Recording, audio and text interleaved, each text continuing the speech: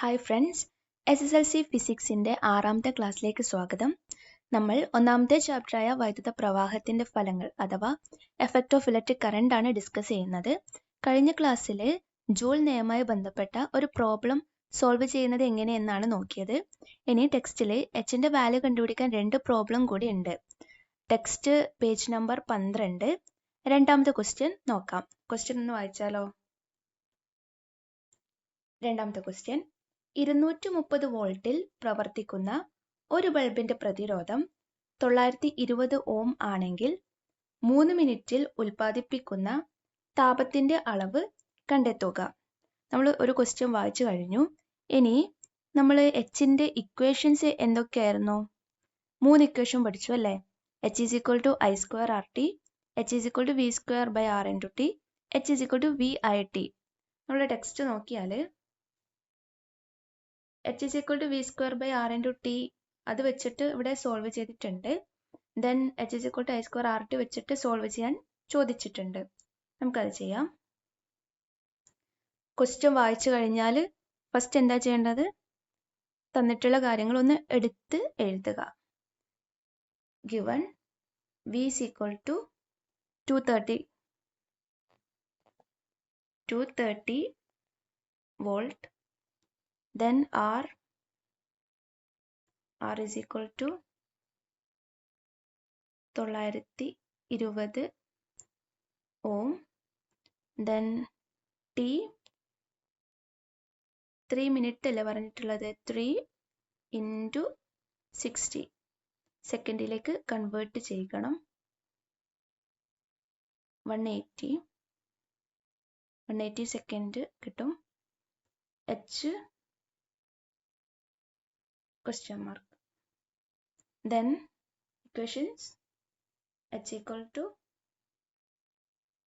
I square R T. നമുക്കിതിൽ I അറിയില്ല അല്ലേ? I അറിയില്ലെങ്കിൽ by Ohm's law Iയുടെ equation I equal to V by R.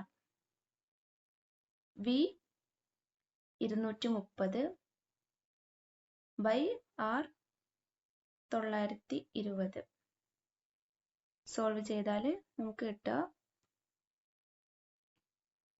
230 by 920. 230 by 920 0.25 അല്ലേ? 25 ആംപിയറിന് കിട്ടും. I കിട്ടി. ഇനി നമുക്ക് ഇക്വേഷനിലേക്ക് സബ്സ്റ്റിറ്റ്യൂട്ട് ചെയ്യാം. H is equal to I square RT അല്ലേ?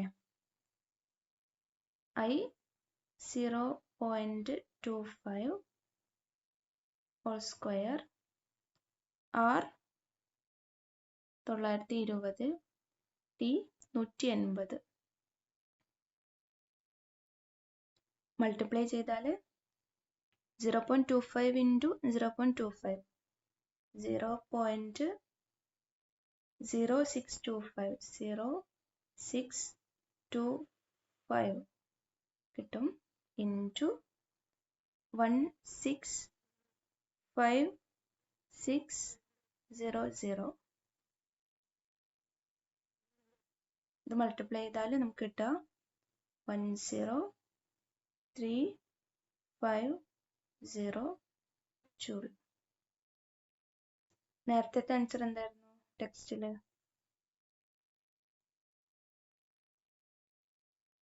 10350 joule.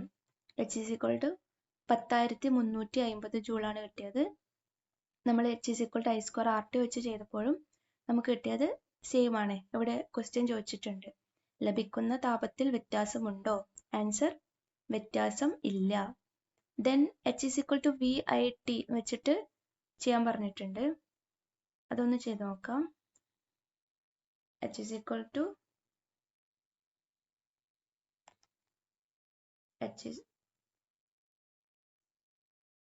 VIT. V 230, I 0.25, T 180. 80 അല്ലേ? നമുക്ക് ഇങ്ങനെ ചെയ്താൽ എത്ര കിട്ടും?